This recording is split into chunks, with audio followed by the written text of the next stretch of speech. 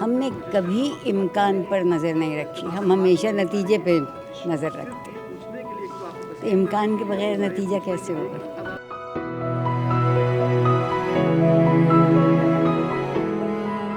मैं अपने आप को बहुत खुशकिस्मत समझता हूँ कि मैं डॉक्टर आरफा सईदा से पढ़ा, मैं उनका स्टूडेंट रहा।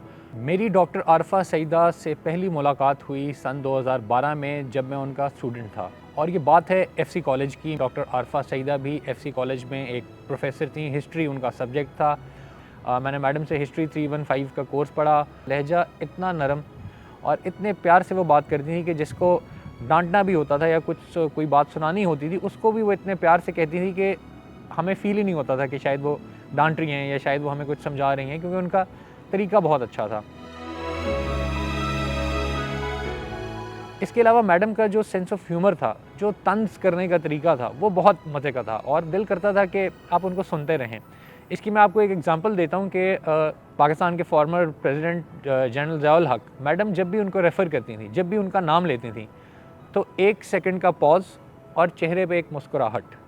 उस मुस्कुराहट के बाद वो कहती थी, मेरे महबूब जनरल ज़िया-उल हक ने ये किया। ड्यूरिंग डिस्कशंस मैडम एक चीज़ पे बहुत ज़ोर देती थी। उनकी एक लाइन थी जो मुझे आज भी याद है। वो लाइन थी, an agitated mind will find the best answers. एक और चीज़ जो डॉक्टर आरफा सईदा के बारे में मैं आपको बताना चाहूँगा, जिससे आपको उनकी ग्रिट, उनकी डिटर्मिनेशन, उनके पैशन का आइडिया हो जाएगा, वो ये कि madam passed away at an age of 83 years की एज तक वो पढ़ा रही थी। लेकिन इससे भी दिलचस्प बात एक शायद आपको ये लगे कि मैडम 80 ईयर्स प्लस की एज में भी अपनी गाड़ी खुद ड्राइव करके यूनिवर्सिटी तक आती थी। हम अक्सर यूनिवर्सिटी के ग्राउंड में मैडम को देखते थे, मैडम कभी यूनिवर्सिटी में आ रही हैं, कभी जा रही हैं, तो हम खुद बड़ा हैरान होते थे। मैं मैडम को कभी कभी मजाक में कहता भी था क्लास ख़त्म होने के बाद कि मैडम मुझे घर तक छोड़ दें, तो वो हंस के कहती थी, आ जाओ, बैग उठाओ और आ जाओ। तो एक बड़ा अच्छा रिलेशन था स्टूडेंट और टीचर का, उनसे बहुत कुछ सीखा।